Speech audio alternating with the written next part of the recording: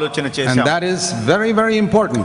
అది చాలా ప్రాముఖ్యమైనటువంటి విషయం అండి. Because it is the last prophecy in the Old Testament. ఎందుకంటే పాత నిబంధన గ్రంథంలో అది చివరి ప్రవచనమై ఉంటుంది. I want you to look at it again. దయచేసి మరోసారి మీరు బైబిల్ తెరవాలని, see something very important there. మనవి చేస్తూ ఉంటూ ఉన్నాను. Malachi chapter 4, మలాకి గ్రంథంలో 4వ అధ్యాయము verse 5 and 6. 5-6 వచనాలు. This is a prophecy. It's the last prophecy in the Old Testament. ప్రవచనము పాత నిబంధన గ్రంథంలో చివరి ప్రవచనం. It's the word of the Lord. ఇది దేవుని వాక్యము.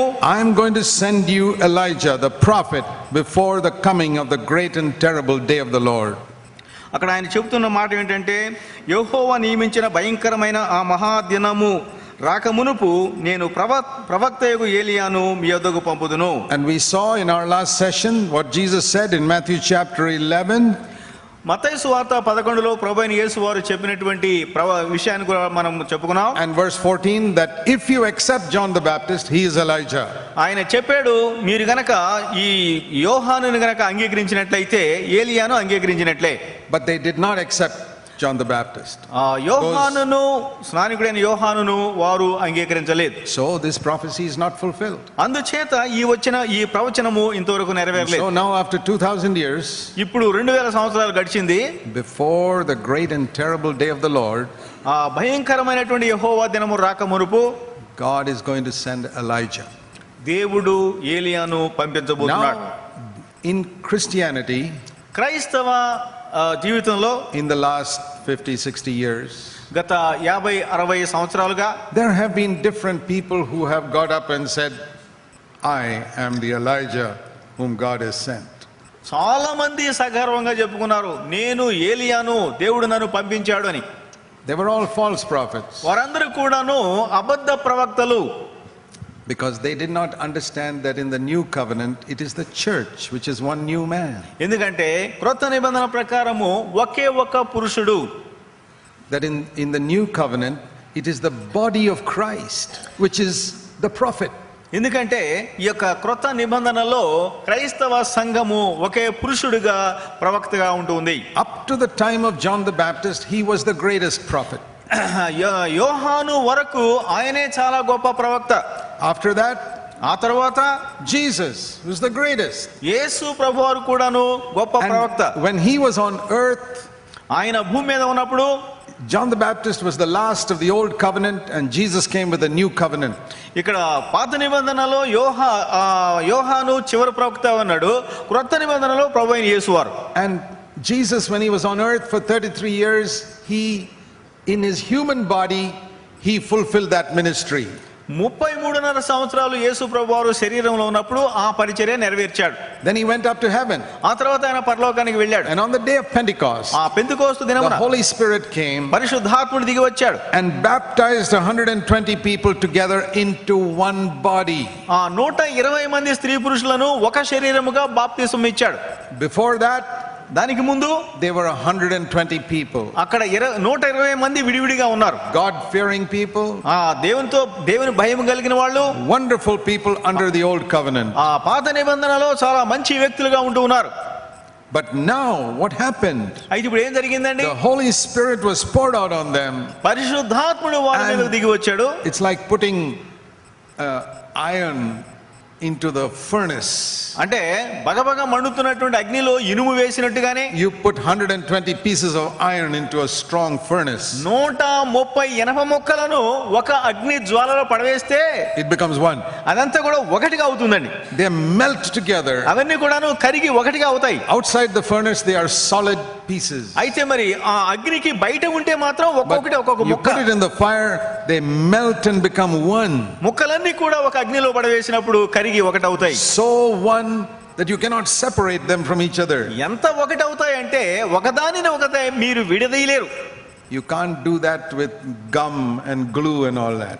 వాటన్నిటిని మనం దీనిని కలిపి కలపాలంటే ఒక జిగురుతో మనం చేయలేం. If you try to stick 120 pieces of iron with glue, you can pull it apart. 120 ఇనుప ముక్కలను జిగురుతో ఒకటిగా చేయాలంటే మాత్రం అది అసాధ్యం. But when they are melted in the fire, అయితే అగ్నిలో అవి కరిగినప్పుడు you cannot separate them. వాటిని మనము విడగొట్టలేం. That is the New Testament church. అదేనండి క్రొత్త నిబంధన సంఘం అంటే. They were not 120 then. వారందరూ కూడా 120గా ఉన్నారు. They were one new man. వారందరూ కూడా ఒక పురుషుడిగా చేయబడ్డారు. I told you in the last session that we had to be crucified with Christ in order to become one. మనం ఒకటి కావాలంటే సిలువ వేయబడాలని చెప్పి నేను ఇంతకు మునుపు చెప్పాను. The second thing is we need to be filled with the Holy Spirit. రెండవది ఏంటంటే పరిశుద్ధాత్మతో మనం నింపబడాలి. And when I say filled with the Holy Spirit, I'm not talking about what you hear in many Pentecostal churches. ఈ ఆత్మతో నింపబడడం అంటే పెంతెకోస్తోళ్ళు ప్రసంగం చేసినట్టు కాదండి. I believe in the baptism in the Holy Spirit and fire. పరిశుద్ధాత్మ అగ్నిలో బాప్తిస్మం అనేటువంటి అనుభవాన్ని నమ్ముతున్నాను. That's the only way we can have power. మనము శక్తి కలిగి ఉండాలంటే అది ఒకే మార్గం. That's how I got power for my ministry. నా పరిచర్య కోసం అదే నాకు శక్తిని ఇస్తుంది. Power for what? ఎందుకంటే శక్తివంతమైన వాక్యం. Power to build the body of Christ. క్రీస్తు సంఘమును నిర్మాణం చేయడం.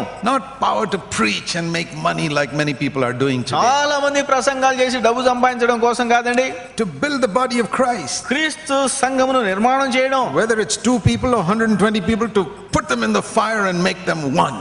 వారు ఇద్దరా 10 మంది 120 అని కాదు కానీ అగ్నిలో వేసి ఒకటిగా చేసే పరిచర్య. There's another thing that fire does. ఇక్కడ అగ్ని చేసేటువంటి మరొక కార్యం ఉంది. It destroys all the germs and bacteria and gets rid of all the alloys and brings purity.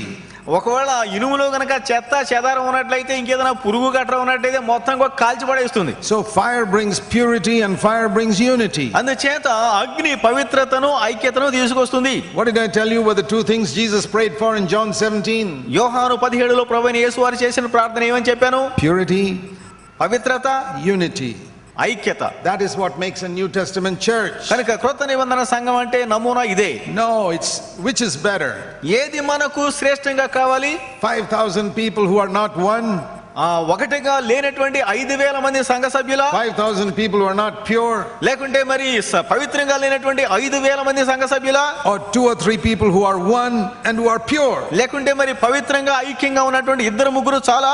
Jesus is not in the midst of that 5,000. 5,000 మంది సంఘ సభ్యుల మధ్య ప్రభువైన యేసు వారు లేరు. Even if they sing Christian songs, ఒకవేళ క్రైస్తవ పాటలు పాడినా and talk about body of Christ and all that, క్రీస్తు శరీరము సిద్ధాంతాలు మాట్లాడినా, Jesus is in the midst of people who are pure and who are one. పవిత్రముగా ఐక్యంగా ఉన్న ప్రజల మధ్యనే యేసు ప్రభువారు ఉన్నారు. I want to be in a church which preaches purity and unity. పవిత్రత, ఐక్యత ప్రసంగం చేస్తున్నటువంటి ఆ సంఘంలో నేను ఉండబోతున్నాను. I'm not interested in the size. నేను ఎంత పెద్ద సైజు అని చూడడం లేదు. Because those things don't accomplish God's purpose. ఎందుకంటే ఆ సైజు ఎంత పెద్దదైన కూడాను దేవుని చిత్తాన్ని నెరవేర్చలేదు. If you have ears to hear, వినడానికి చెవులుంటే, listen to this, my dear brothers and sisters. ప్రియమైన సోదర సోదరులారా, ఈ సత్యాన్ని మీరు గ్రహించండి. God is not using thousands of people today. He's using one new man. దేవుడి నాడు 1000 కొలది వ్యక్తులను వాడుకోవడం లేదు, ఒకే ఒక నూతన పురుషుని వాడుకుంటున్నాడు. That is the church. ఆ నూతన పురుషుడు body of Christ. సంఘము, క్రీస్తు శరీరము. And let me repeat it again and again. మళ్ళీ నేను దానిని పునరుద్ఘాటిస్తున్నాను. The primary 2 characteristics of the Church of Jesus Christ క్రీస్తు సంఘంలో ఉండవలసినటువంటి 2 ప్రధాన లక్షణములు is purity and unity. మొట్టమొదటిది పవిత్రత, రెండవది ఐక్యత. That's how you know you got the fire. ఆ విధంగా నీకు అగ్ని వస్తుంది. Otherwise you don't have the fire. లేకుంటే అగ్ని నీ లోపల లేదు. You know, you can take a dirty piece of iron and scrub it with soap and water. ఒక మురికి ఇనప ముక్కను తీసుకొని దానిని నీవు సర్ఫ్ వేసి సబ్బేసి కడిగినా, you can remove the superficial dirt. ఆ పైపైన ఉన్నటువంటి ఆ రుద్దడం ద్వారా పైపైన ఉన్నటువంటి మురికి వదులుతుంది. If you want to make it pure, దానిని పవిత్రం చేయాలంటే you got to put it in the fire. దానిని అగ్నిలో వేయాలి. That's how they purify gold. ఆ విధముగా వారు బంగారాన్ని వారు స్వచ్ఛంగా చేస్తారు. See, when they dig gold out from this Kolar gold fields, ఇక్కడ ఈ యొక్క కోలార్ గోల్డ్ ఫీల్డ్ అని చెప్పని బంగారు గనిలో నుంచి వాటిని బయటికి తెచ్చి బంగారు ముడి పదార్థం బయటికి తెచ్చినప్పుడు they go many hundreds of meters into the ground to pull it out. కొన్ని వందల కొలది మీటర్లు భూగర్భంలోకి వెళ్ళి ఆ బంగారు ముడి పదార్థాన్ని తీసుకొస్తారు. It's mixed with many other metals. తర్వాత ఆ ముడి పదార్థంలో ఇంకా ఇతర లోహ పదార్థాలు కూడా ఉంటాయి. And it's mixed with a lot of dirt. తర్వాత ఎంతో మురికి గట్రా ఉంటుంది. So first you wash it with water. అందుచేత మొట్టమొదటిగా నీళ్లతో కడుగుతారు. The water removes the external dirt. పైన ఉన్నటువంటి మురికి వదలగొడుతుంది నీళ్లు. And the Holy Spirit is also called water.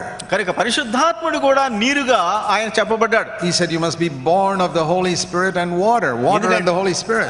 పరిశుద్ధాత్మతో మాత్రమే కాదు నీటితో కూడా నువ్వు తిరిగి So జన్మించాలి. there the Holy Spirit is pictured like water. అక్కడ పరిశుద్ధాత్ముడు నీటికి He గుర్తుగా said ఉన్నాడు. rivers of living water will come out from us. జీవ జలములు నీలో నుంచి బయటకు వస్తాయి. But not only water. నీళ్లు మాత్రమే కాదు. After that, ఆ he తర్వాత said you must be baptized in the Holy Spirit and fire. ఎందుకంటే పరిశుద్ధాత్మలో అగ్నిలో So బాప్తిస్మం. after this gold is cleaned up outside, ఈ బంగారు ముడి పదార్థాన్ని పైన మురికి వదిలికొట్టిన తర్వాత they put all these bits together in a fire, ఈ తర్వాత ఆ ముడి పదార్థాన్ని అగ్నిలో వేస్తారు. and that removes all the alloys. అక్కడ ఉన్నటువంటి ఇతర లోహాలు పోతాయి. And all these pieces of gold joined together and becomes pure and one. ఈ మిగిలినటువంటి బంగారపు ముక్కలన్నీ కూడాను ఒకటవుతాయి, స్వచ్ఛం అవుతాయి, మెరుగు అవుతాయి. That's how God builds the church today. ఆ విధముగా దేవుడు ఈనాడు తన సంఘాన్ని నిర్మాణం And చేస్తున్నాడు. that's why they could not build the church in the Old Testament, because the Holy Spirit was not poured out. పరిశుద్ధాత్ముడు లేడు గనుక పాత నిబంధనలో వారు సంఘాన్ని కట్టలేకపోయారు. So few people could be filled with the Holy Spirit in the Old Testament. పాత నిబంధన గ్రంథంలో కొద్ది మంది మాత్రమే ఆత్మతో నింపబడ్డారు. There was an Elijah, ఏలియా ఉన్నాడు, an Elisha, ఎలీషా ఉన్నాడు, David, దావీదు ఉన్నాడు, Gideon, Gideon. those two people who built the tabernacle. ఆ యొక్క గుడారాన్ని కట్టినటువంటి ఇద్దరు, Very few. చాలా తక్కువ. One prophet here, one prophet there. ఇక్కడ ఒక ప్రవక్త, అక్కడ ఒక ప్రవక్త. But on the day of Pentecost, అయితే పెంతెకోస్తు దినం వచ్చినప్పుడు ordinary people, సాధారణమైనటువంటి మనుషులు, men and women, స్త్రీ పురుషులు, young and old, వాళ్ళు మరి వృద్ధులు యవనులు, God poured out His Spirit on them. దేవుడు తన పరిశుద్ధాత్మను వారి మీద కుమ్మరించాడు. And they became pure and they became one. వారు పవిత్రంగా మారిపోయారు, ఐక్యం అయిపోయారు. That is God's prophet Elijah of the last days. ఆ విధంగా చేయబడిన వారు మాత్రమే అంత్యకాలానికి ఏలియా ప్రవక్తలాగా పరిచర్య అందించగలరు. Elijah had a young assistant called Elisha. ఇక్కడ ఏలియా దగ్గర పనిచేయడానికి శిష్యుడు ఎలీషా ఉన్నాడు. He kept on following after Elijah on the last day of Elijah's life on earth. ఏలియా జీవితంలో చివరి దినం వరకు కూడాను ఎలీషా అతన్ని వెంబడించాడు. And Elijah tested him. అప్పుడు ఏలియా ఆయన పరీక్షించాడు. You read that in 2 Kings chapter 2. రెండవ రాజులు 2వ అధ్యాయంలో మనం చూస్తున్నాం. Stay here, stay here, stay here, he said. అప్పుడు ఆయన అంటున్నాడు, ఎక్కడికి వెళ్ళినా కూడా ఇక్కడ ఆగవయ్యా, ఆగు అంటున్నాడు. 4 times. 4 సార్లు ఇక్కడ ఆగు అంటున్నాడు. Elisha said, no, I'm not going to stay, I'm going to come with you. అయితే ఎలీషా అంటున్నాడు, నేను ఆగను, నీ వెంటే వస్తా. Finally Elijah said, చిట్ట చివరిగా అన్నాడు, ఏలియా why are you following me? What do you want? ఎందుకయ్యా నన్ను వెంబడిస్తున్నావు, ఏం కావాలో చెప్పు. What did he ask for? అప్పుడు Elisha ఏమడిగాడు? Today, when some man retires as the chairman of some Christian organization, ఒక సంస్థలో, ఒక క్రైస్తవ సంస్థలో ఒక ఆయన పదవి విరమణ చేశాడు, or senior pastor, లేకుంటే సీనియర్ ఒక పాస్టర్ గారు, పెద్ద పాస్టర్ గారు పదవి విరమణ చేశాడు. people are waiting to get that seat. ఆ ఖాళీ అయిన కుర్చీని ఎలా మనం అందిపుచ్చుకుందామని చూస్తారు. What did Elisha say? అయితే ఇక్కడ ఎలీషా ఏమంటున్నాడు? Please make me the chairman of the board, అయ్యా ఈ బోర్డుకి నన్ను ఒక అధ్యక్షుడిగా చెయ్యి, or treasurer, or president. లేకుంటే ఖజానాదారుడిగా చెయ్యి, అధ్యక్షుడిగా చెయ్యి ఈ He సంస్థకు. said, I don't want any of those things. నాకు అవన్నీ ఏమొద్దండి, I want a double portion of the spirit you had. నీవు కలిగి ఉన్నటువంటి ఆత్మలో రెండింతల భాగం నాకు కావాలి. Because he saw that in Elijah there was one thing that was preeminent in Elijah, the power of the Holy Spirit. ఎందుకంటే ఏలియా జీవితంలో ప్రస్ఫుటంగా కనబడుతున్నటువంటి పరిశుద్ధాత్మ శక్తి ఉన్నది. The men of God and the women of God whom I have respected in my life are very few. నా జీవితంలో నేను గౌరవించినటువంటి క్రైస్తవ స్త్రీ పురుషులు చాలా తక్కువ అండి. And they are not all in one denomination. వాళ్ళందరూ కూడాను ఒక సంఘ శాఖలో ఉన్నటువంటి వారు కాదు. They are in different denominations. వారు విభిన్నమైన సంఘ శాఖలో But ఉన్నారు. there's one thing common about all of them. అయితే వారందరూ కూడాను సామాన్యంగా కనబడే ఒక They Satyam, were all filled with the Holy Spirit. వారందరూ కూడాను దేవుని ఆత్మతో నింపబడ్డారు. They had a fire. వారు అగ్నిని కలిగి ఉన్నారు. And that, as a young man, that is the fire I wanted in my life. కనుక యువకుడిగా నేను వారిని చూసినప్పుడు ఆ అగ్ని నాకు కూడా కావాలనుకున్నాను. That is what I want even today. కనుక ఈ రోజున ఆయన కోరుకుంటుంది అదే. Dear brothers and sisters, కనుక ప్రియమైన సోదర సోదరులారా, do you want to do something for God in these last days before Christ comes? క్రీస్తు రాకముందు అంత్య దినాల్లో నీవేదైనా చేయాలనేటువంటి ఆకాంక్ష కలుగున్నావా? Don't say I'm young. నేను యువకుడు నేను చెప్పొద్దు. Joseph was 17. యోసేపు 17 సంవత్సరాలు. Daniel was about 17 or 18. తర్వాత దానియేలు కూడాను 17-18 సంవత్సరాలు. David was 17 or 18 when he was anointed. దావీదు కూడాను గొలియాతును చంపినప్పుడు 17-18 సంవత్సరాలు. Jeremiah was a young man. తర్వాత ఇర్మియా కూడాను యువకుడే. You read in Zechariah chapter 2, Zechariah was a young man. Zechariah గ్రంథం 2వ అధ్యాయంలో చూస్తే జకరియా కూడాను యువకుడే. All the disciples of Jesus were below the age of 30. కనుక యేసు ప్రభు ఏర్పాటు చేసుకున్న శిష్యులందరూ కూడాను 30 సంవత్సరాల కింద వాళ్ళే. Who said you got to be 50 years old before you serve the Lord? కనుక నేను దేవుని సేవ చేయాలంటే 50 సంవత్సరాలు రావాలని మీరే ఎవరు That's చెప్తున్నారని? the lie of the devil. అది సాతాను అబద్ధం అని తెలుసుకొనండి. I got baptized when I was 21. 21 సంవత్సరాలప్పుడే నేను బాప్తిసం తీసుకున్నాను. And I straight away started serving the Lord. నేను అప్పటి నుంచి ఎప్పటి వరకు దేవుని సేవలో ఉన్నాను. I sought God for the power of His Holy Spirit. ఆ పరిశుద్ధాత్మ అనుభవంతో నేను ముందుకు వెళ్తున్నాను. So, if you're a young man, నువ్వు యువకుడివి, you can serve the Lord. దేవుని సేవ చేయవచ్చు. And don't say I'm a woman. నేను స్త్రీని కదండి. The Old Testament, okay, you could say that. పాత నిబంధనలో సరే ఆ మాట చెప్పొచ్చు. But do you know what it says in Acts 2:17? అయితే అపోస్తలుల కార్యం 2:17 ఏముంది? I will pour out my spirit on men and women. నేను స్త్రీ పురుషుల మీద ఆత్మను కుమ్మరించెదను. And the men will prophesy and the women will prophesy. పురుషులు స్త్రీలు కలిసికట్టుగా ప్రవచించెదరు. And if you're a slave, God says I'll pour out my spirit on the slaves also. నీవు ఒక దాసురాలువా అయినప్పుడు కూడా దేవుడు నీ మీద తన ఆత్మను కుమ్మరిస్తున్నాడు. In those days slaves were the lowest class of society. ఆ దినములలో చూసినట్లయితే సమాజంలో అట్టడుగు స్థాయిలో ఈ దాసీలు ఉండేవాళ్ళు. The Lord says they are my slaves. దేవుడు అంటున్నాడు They are my slaves. వారు నా సేవకులు. You read Acts 2:17. అపోస్తలుల కార్యం 2:17 మీరు చదవండి. The secret of John the Baptist's life ఇక్కడ స్నానికుడైన యోహాను యొక్క జీవితంలో రహస్యము was the same as the secret of Elijah's life. ఏలియా జీవితంలో ఉన్నటువంటి రహస్యమే. In Luke chapter 1, లూకా సువార్త 1లో the angel Gabriel told Zacharias, ఇక్కడ జకర్యాకు గాబ్రియేలు దూత చెప్పాడు, your son John will be filled with the Holy Spirit when he is inside his mother's womb. అతడు నీ కుమారుడైనటువంటి యోహాను తల్లి గర్భమున ఉన్నది మొదలుకొనే ఆ పరిశుద్ధాత్మతో నింపబడతాడు. Is a baby valuable to God inside the mother's womb? తల్లి గర్భములో శిశువు ఎంత విలువ కలిగి ఉంటాడు దేవుని దృష్టిలో? This is why abortion is so wrong. అందుకోసమనే గర్భస్రావము అనేది తప్పు అని It's తెలుస్తున్నారు. murder. ఎందుకంటే అది హత్య, భ్రూణ హత్య. Imagine if Elizabeth had aborted John the Baptist. ఒకవేళ గనక ఎలిజబెత్ గనక ఆ కుమారుని గనక గర్భస్రావం చేస్తే, filled with the Holy Spirit inside the mother's womb. ఇక్కడ చూడండి, తల్లి గర్భములో శిశువులో దేవుని పరిశుద్ధాత్మతో నింపబడి.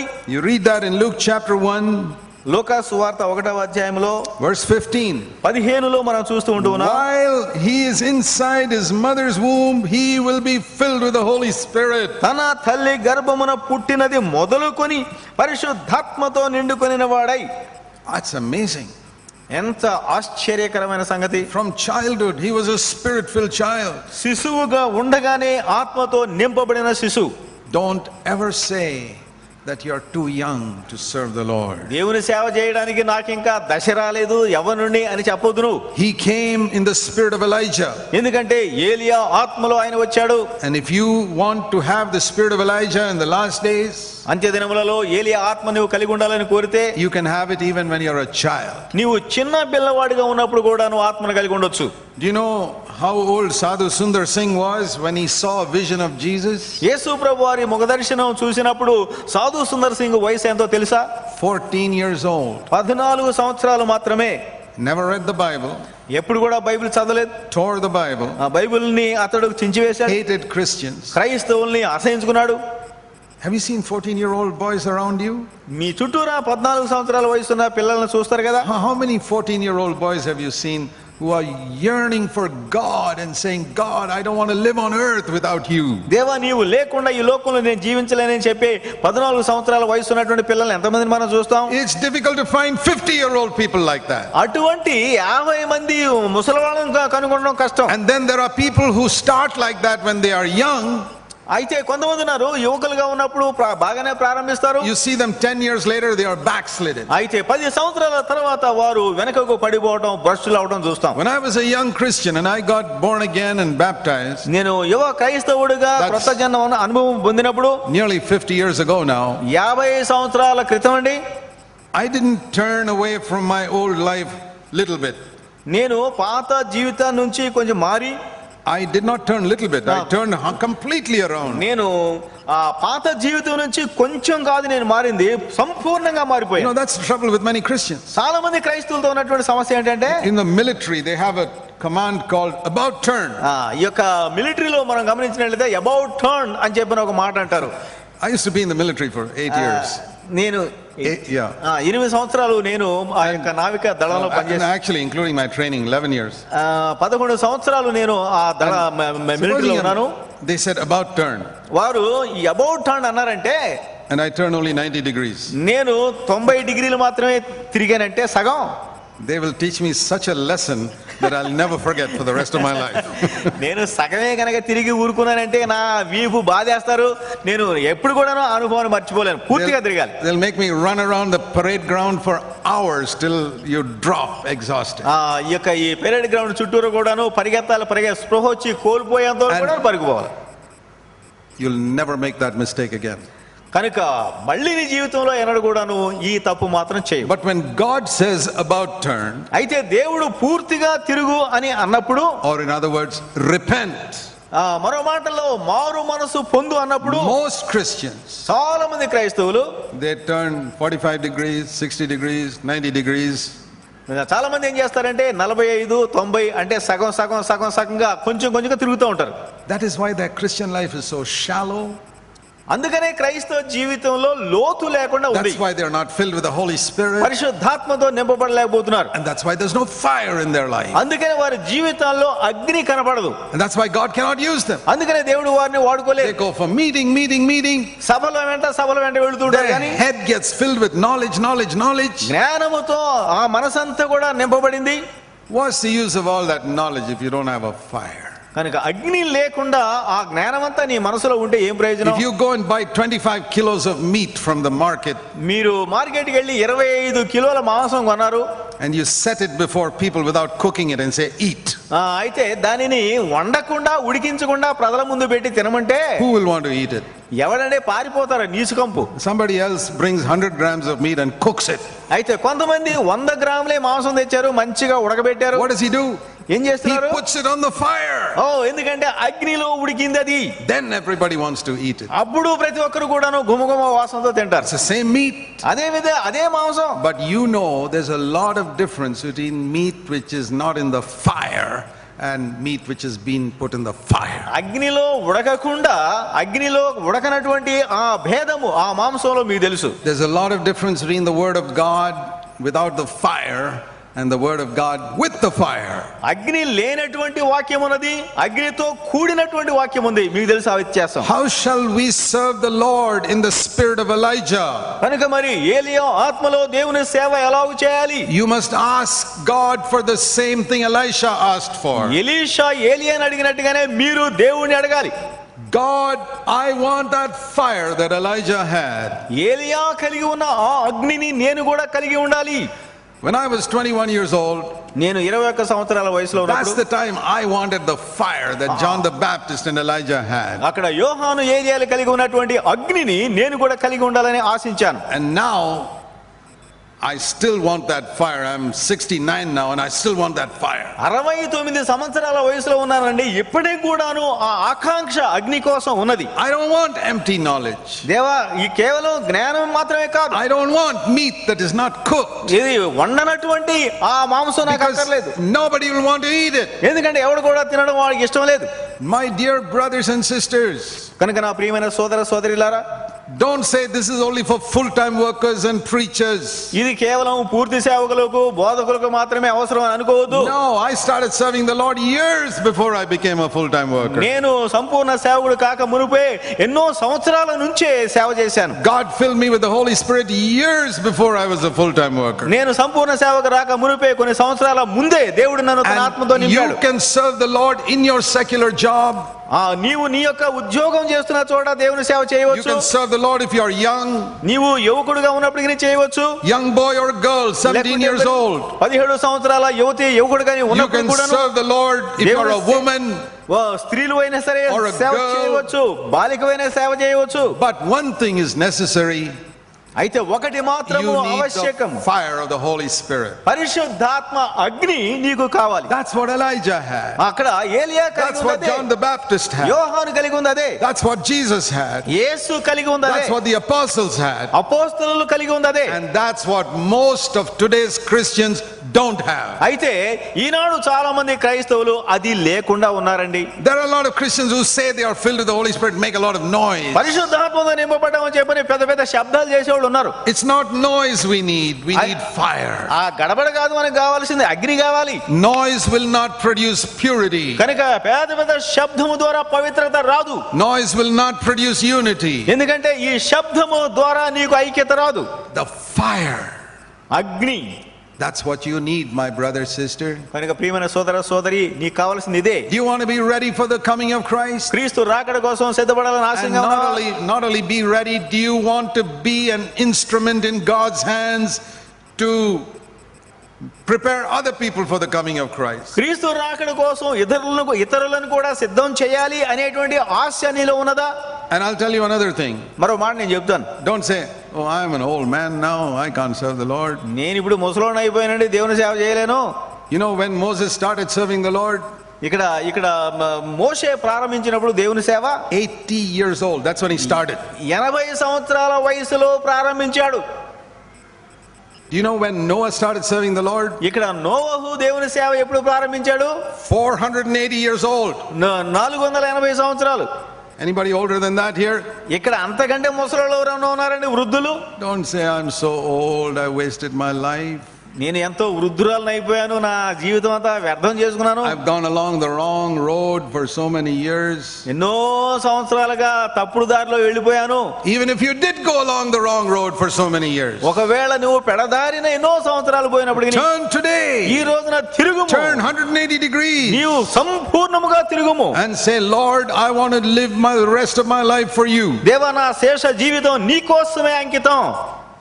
And the Lord can use you. Doesn't Devudu. matter how you're young like Samuel, 5-6 years old, or old like Noah, 480 years old. అందుచేత సమూయేలు లేక 4-5 సంవత్సరాలు అయినా పర్వాలేదు, పిల్లవాడైనా లేకుంటే నోహు వలె 480 సంవత్సరాలు అయినా Man పర్వాలేదు. or woman, కనుక మరి స్త్రీ makes పురుషులు no difference. కనుక ఎటువంటి తేడా లేదు. In the Old Testament it made a difference, కనుక పాత నిబంధనలో తేడా ఉంది, but not in the New Testament. క్రొత్త నిబంధనలో తేడా లేదు. So this one new man, the church, అందుచేత ఈ క్రొత్త పురుషుడు సంఘం comprises men and women. కనుక స్త్రీ పురుషులు కలిసి ఉన్నారు.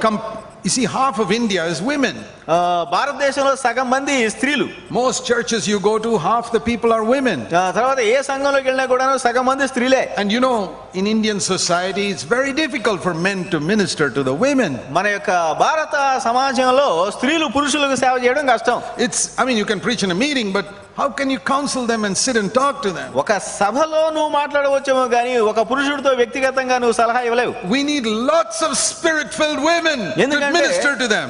వారికి సేవ చేయడం కోసం ఆత్మ నింపుదల కలిగినటువంటి స్త్రీలు చాలా మంది కావాలి. That's why in the church we need spirit-filled men and spirit-filled women. అందుకనే సంఘములో ఆత్మతో నింపబడిన స్త్రీ పురుషులు కావాలి. In those 120 on the day of Pentecost, Pentecost దినమున 120 మంది, it doesn't tell us how many women there were, అక్కడ ఎంత మంది స్త్రీలు ఉన్నారో సంఖ్య లేదు, but it does say there were women there. అయితే స్త్రీలు ఉన్నారు అని మాత్రం ఉందండి. And I will not be surprised if there were 60 men and 60 women. ఒకవేళ కనుక అక్కడ 60 మంది స్త్రీలు 60 మంది పురుషులు ఉన్నారంటే కూడా నాకు ఆశ్చర్యం లేదు. I will not be surprised if there were some 70-year-old men and some 15-year-old boys.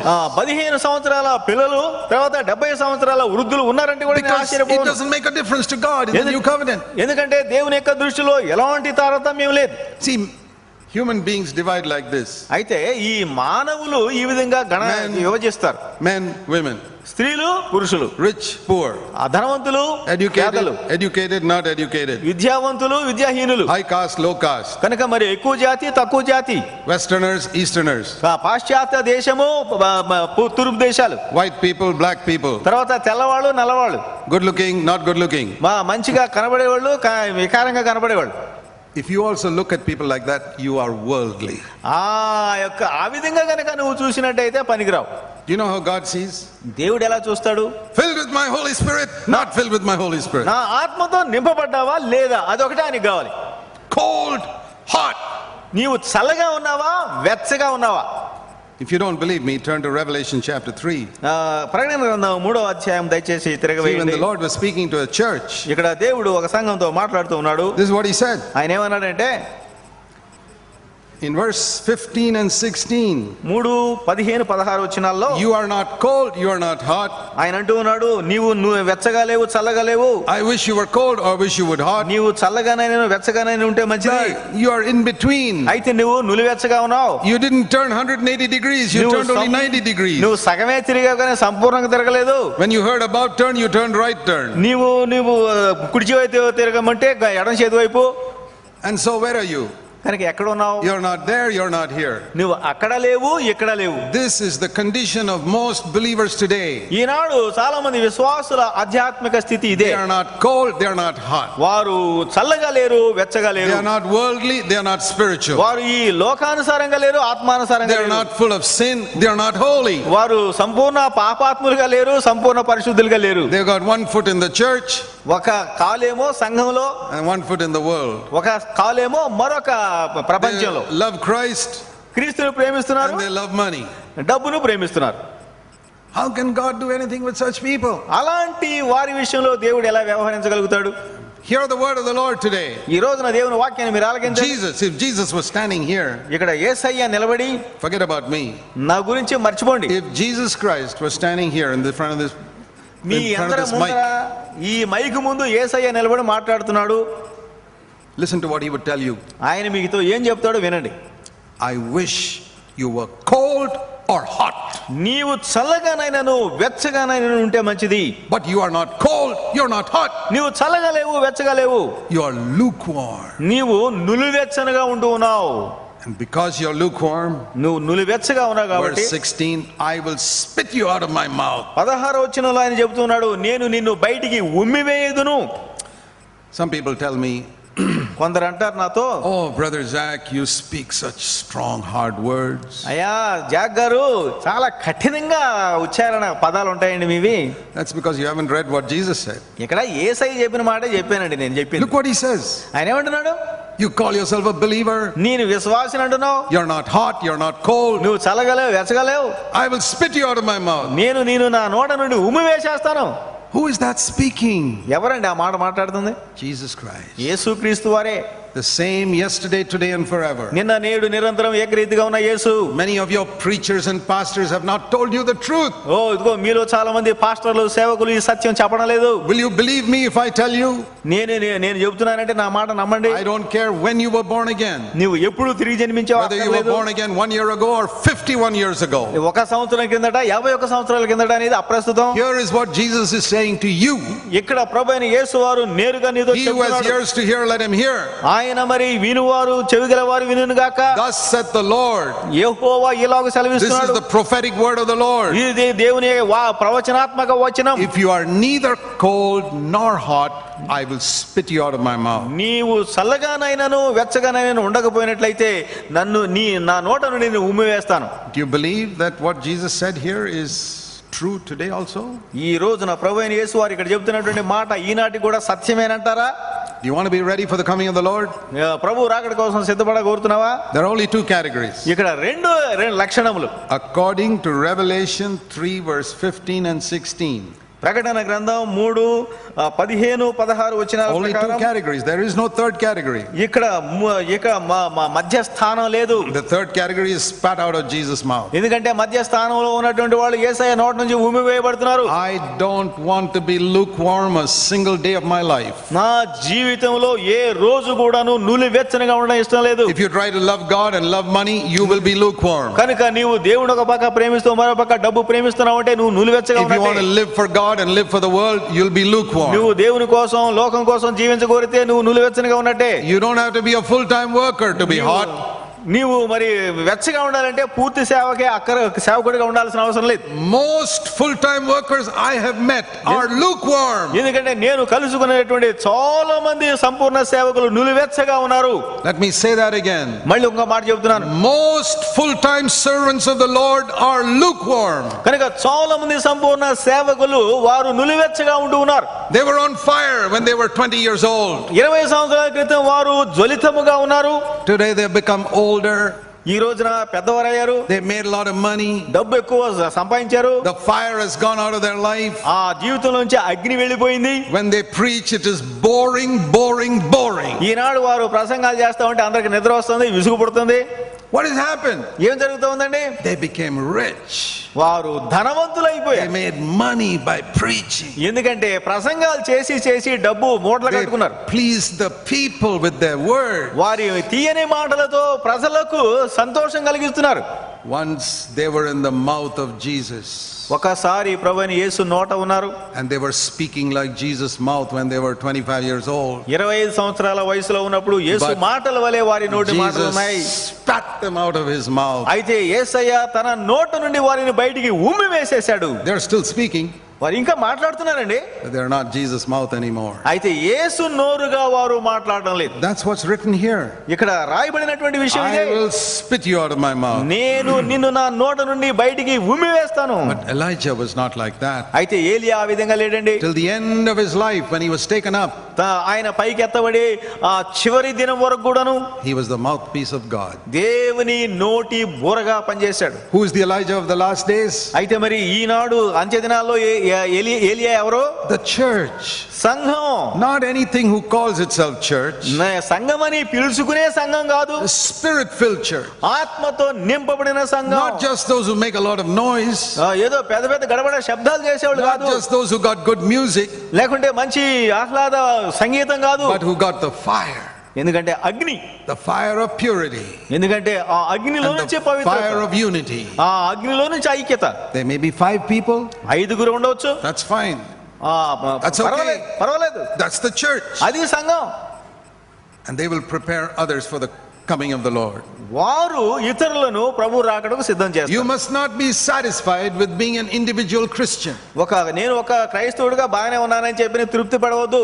You must not stay in a church because you say, my father was in that church. ఇదిగో ఆ సంఘంలో మా నాన్నగారు పుట్టారండి కనుక నేను ఆ సంఘానికి చెందినవాడిని Oh, చెప్పొద్దు. my grandfather was in that church. ఎందుకంటే మా తాతగారండి ఆ సంఘానికి పునాదండి. Do you send your child to the school your grandfather went to? ఇదే మీ తాతగారు పోయినటువంటి పాఠశాలకే నీ కుమారుని పంపిస్తున్నావా? How many of you send your children to the same school your grandfather went to? కనుక మీ తాతగారు చదివిన పాఠశాలకు మీరు పిల్లలు ఎంతమంది పంపిస్తున్నారండి? If your wife is sick, will you take her to the hospital your grandmother was taken to? అయితే మరి ఒకవేళ కనుక నీ పిల్లవాడు ఏదైనా జబ్బు వచ్చినట్టయితే మీ బామ్మగారు ఏ ఆసుపత్రికి వెళ్ళారో అక్కడికి పంపిస్తారా? You say no. లేదండి. Why? ఎందుకు? Because you say there are better schools today. ఎందుకంటే పెద్ద స్కూల్స్ మంచి స్కూల్స్ ఉన్నాయి. There are better hospitals today. ఈనాడు మెరుగైనటువంటి ఆసుపత్రులు ఉన్నాయి. I want to tell you the good news, there are better churches also today. అదే విధముగా మెరుగైనటువంటి సంఘాలు కూడా ఉన్నాయని నేను మీతో చెప్తున్నాను. But why do you say my grandfather went to this church, my father went to this church? మా నాన్నగారండి మా తాతగారండి ఆ సంఘానికి వెళ్ళారు ఎందుకు చెప్తావు మరి? Because why are you so particular about school and hospital? ఈ పాఠశాల ఆసుపత్రి గురించి నువ్వు అంత ప్రత్యేకంగా మాట్లాడితే Now I'll tell you the truth, నేను సత్యం చెప్తున్నానండి, which you may not like to hear. మీరు ఇష్టపడకపోవచ్చు. My x-rays and scan reports are free. You don't have to pay for it. ఎందుకంటే నా పరిశీలన పత్రాలన్నీ కూడాను మీకు ఉచితంగానే ఇస్తున్నాను, మీరు డబ్బులు ఏం ఎక్కర్లేదు పరీక్షలకి. Because you love education, that is important for you. ఎందుకంటే విద్య అనేది మీకు చాలా ఇష్టం కాబట్టి. Medical treatment, that's very important for you. అదే విధంగా వైద్యం కూడాను మీకు చాలా ఇష్టం కాబట్టి. But your spiritual life is not so important. అయితే ఆధ్యాత్మిక జీవితానికి మీరు ప్రాధాన్యత ఇవ్వడం లేదు. That's why you look around for the best school. అందుకనే చెప్పని మంచి మంచి పాఠశాలలు ఎక్కడ ఉన్నాయా, You look around for the best hospital. ఎక్కడ మంచి మంచి ఆసుపత్రులు ఉన్నాయా, But church, సంఘం, where my grandfather went, మా తాతగారి సంఘానికే వెళ్తానండి నేను, where my father went. మా నాన్నగారు వెళ్ళిన సంఘానికి Oh, వెళ్తాను. brother, I have been in the same church so many years. ఎన్నో సంవత్సరాలుగా ఆ సంఘంలో చతికిల పడి ఉన్నాను కదండి. How many of you will stay in the same house if it is leaking and the doors are not closing and the floor is sinking? ఇక్కడ నేల బాగలేదు, తర్వాత కిటికీలు మూసుకోవడం లేదు, తర్వాత పైనుంచి నీళ్లు కారుతున్నాయి వర్షానికి, You can't- ఆ ఇంట్లో ఉండాలని మీరు You ఎంతమంది can't ఇష్టపడుతున్నారు? sleep at night because it's leaking. కనుక ఇది మరి కారుతుందండి, నీ వర్షం వస్తే నీళ్లు పడుతున్నాయి. You got plenty of money to get another house. నీ దగ్గర డబ్బు బాగుంది కాబట్టి పాత ఇల్లు వదిలిపెట్టి I కొత్త ask ఇంటికి you, వెళ్తావు. why are you staying in this house, brother? ఎందుకు మరి ఈ ఇంట్లో ఉంటున్నావు?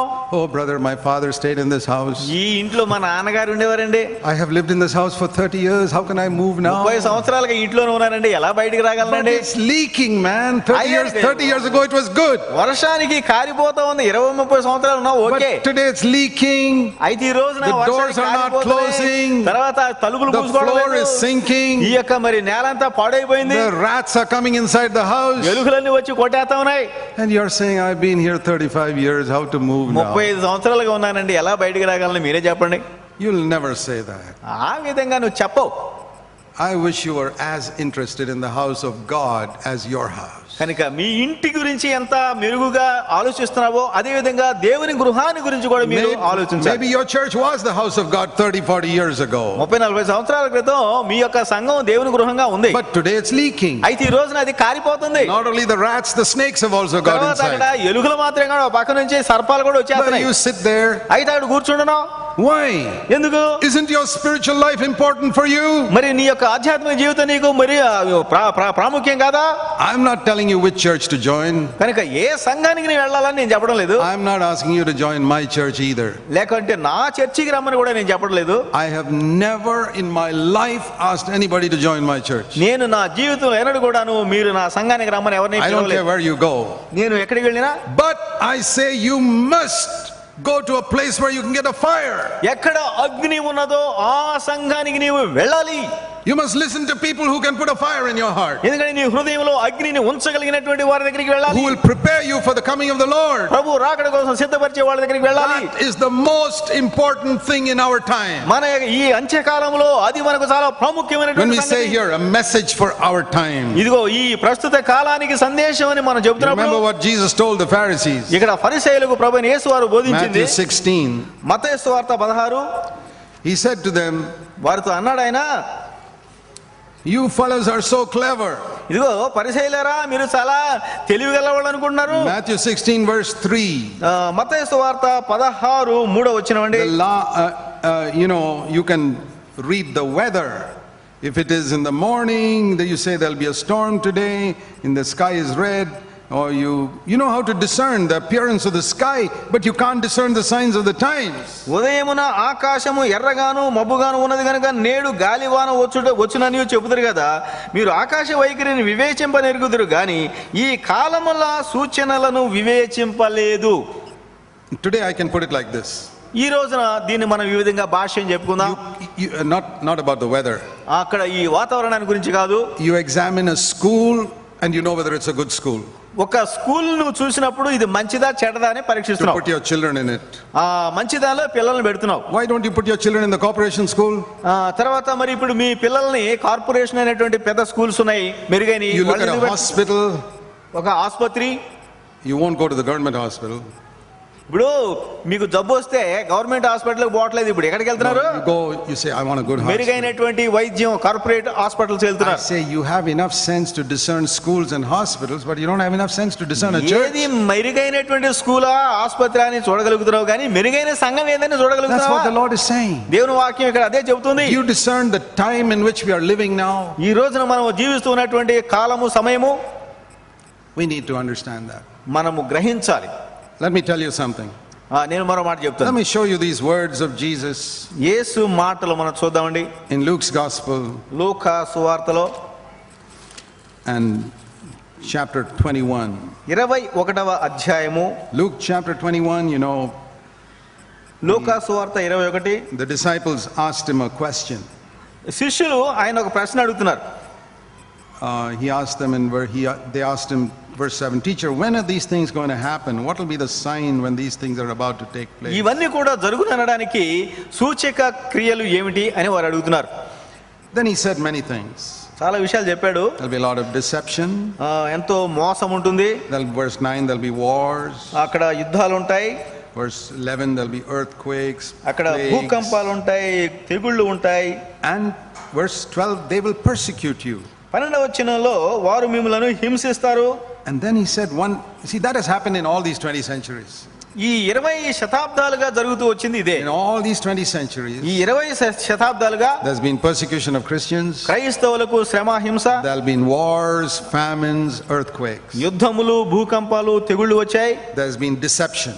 ఎక్కడ చూసినా కూడాను వంచన. But there's one thing that has happened which happened only recently. అయితే ఇటీవల కాలంలో జరిగింది ఒకటి ఉందండి. Listen to this. ఇక దయచేసి చూడండి. Verse 24. 24వ వచనము, The last part.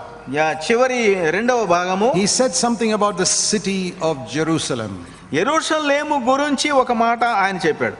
Jerusalem will be trampled underfoot by the Gentiles until the times of the Gentiles are fulfilled. అన్య జనముల కాలములు సంపూర్ణమగు వరకు యెరూషలేము అన్య జనముల చేత త్రొక్కబడును. That means Jerusalem will be ruled by foreign powers until near the end of time. ఇక్కడ ఈ యొక్క అంత్య సమయం వచ్చేంత వరకు ఇతర దేశాల వారు ఆ యెరూషలేమును పరిపాలన చేస్తారు. But just before the end, అయితే మరి అంతానికి ముందు Jerusalem will come back into the hands of the Jews. మళ్ళీ యూదుల చేతుల్లోకి యెరూషలేము వస్తుంది. So when Jesus said that, యేసయ్య ఆ మాట చెప్పినప్పుడు Jerusalem was not in the hands of the Jews at that time. ఆ సమయంలో యెరూషలేము యూదుల చేతిలో లేదు. It was ruled by the Romans. ఎందుకంటే రోమీయులు పరిపాలన చేస్తున్నారు. From that time, అప్పటి నుంచి till about 41 years ago, 40 సంవత్సరాల క్రితం వరకు one country after another ruled Israel and Jerusalem.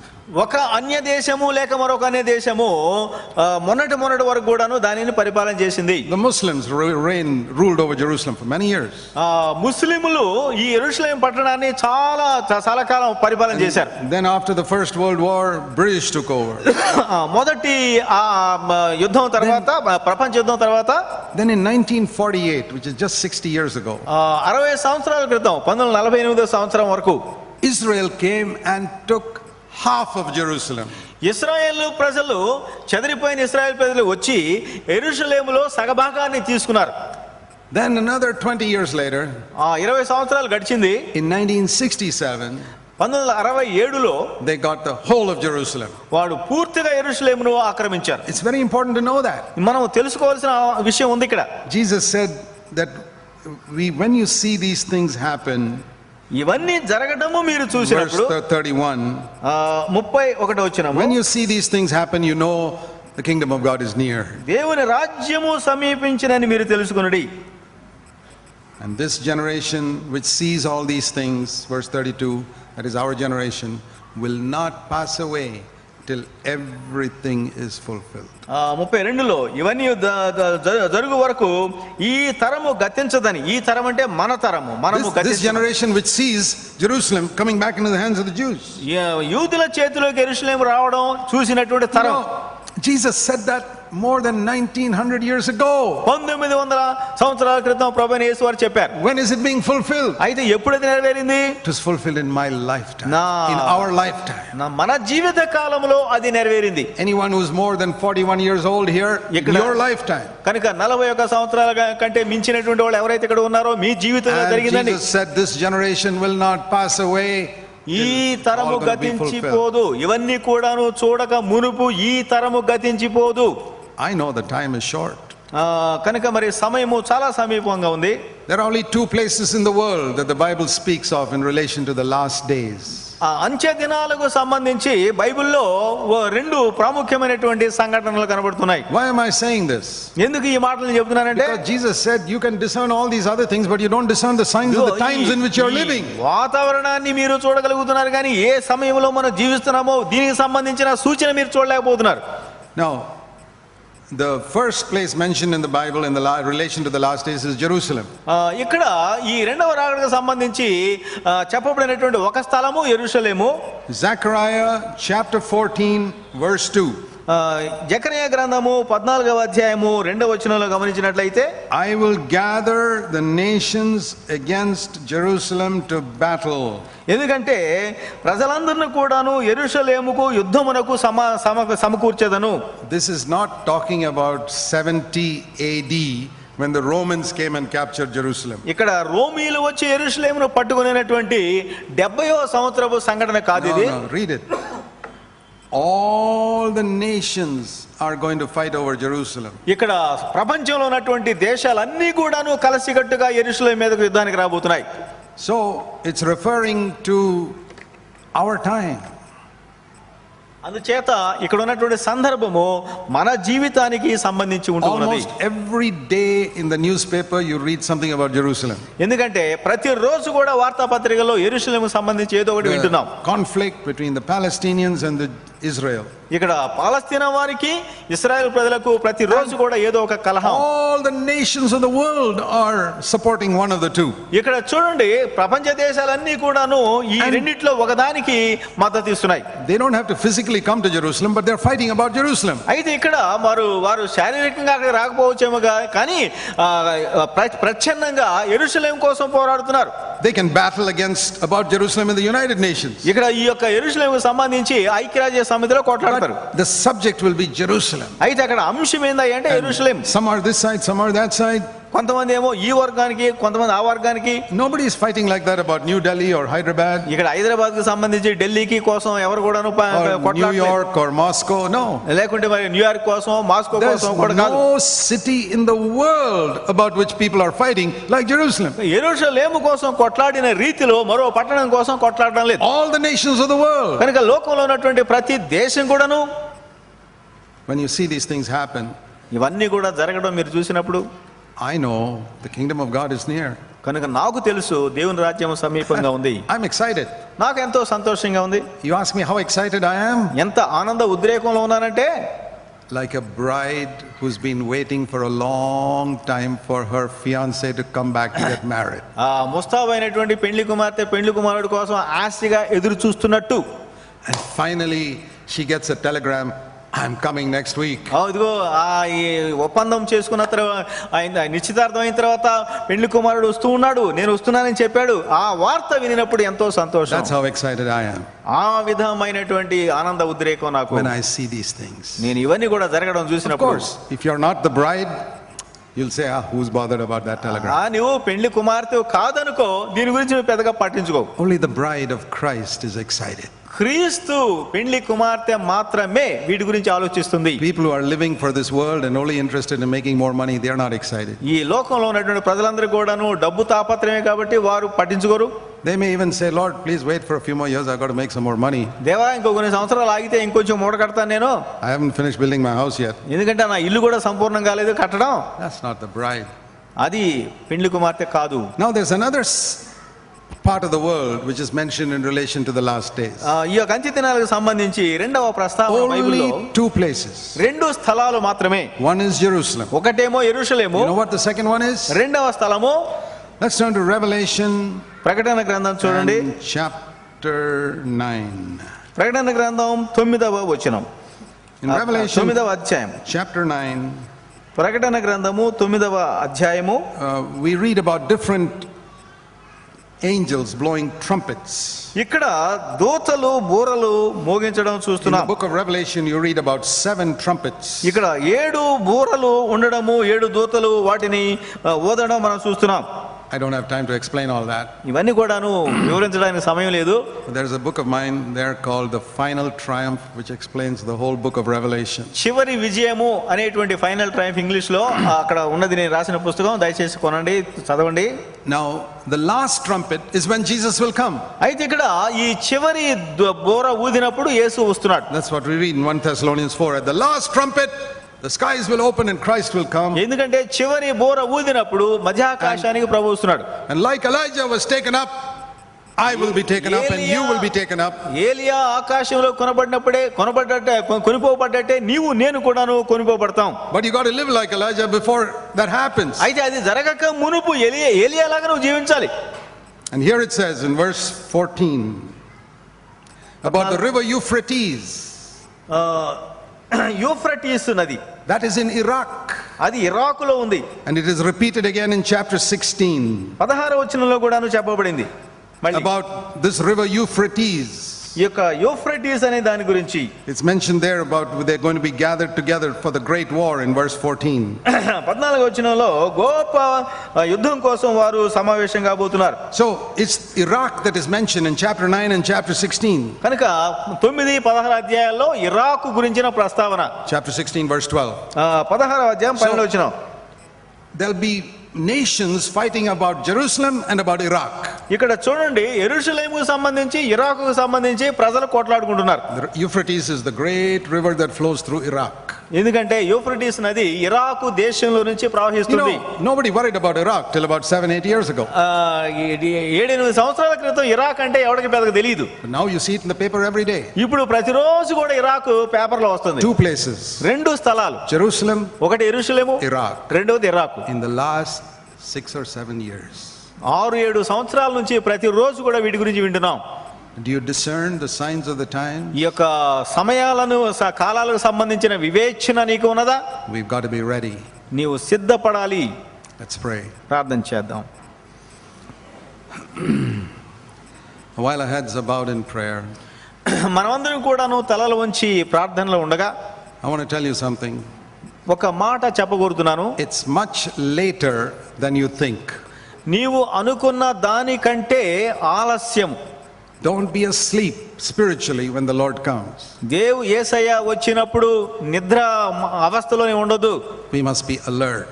మనము చాలా స్పృహ కలిగి ఉండాలి. Spiritually awake. మనమందరం కూడాను జాగరూకతతో ఉండాలి. We must discern the signs of the time. ఈ రాకడ సూచనలను వివేచించాలి. Heavenly Father, పరలోక తండ్రి, thank you for your word నీ వాక్యాన్ని బట్టి నీకు వందనములు. that can guide us into all the truth.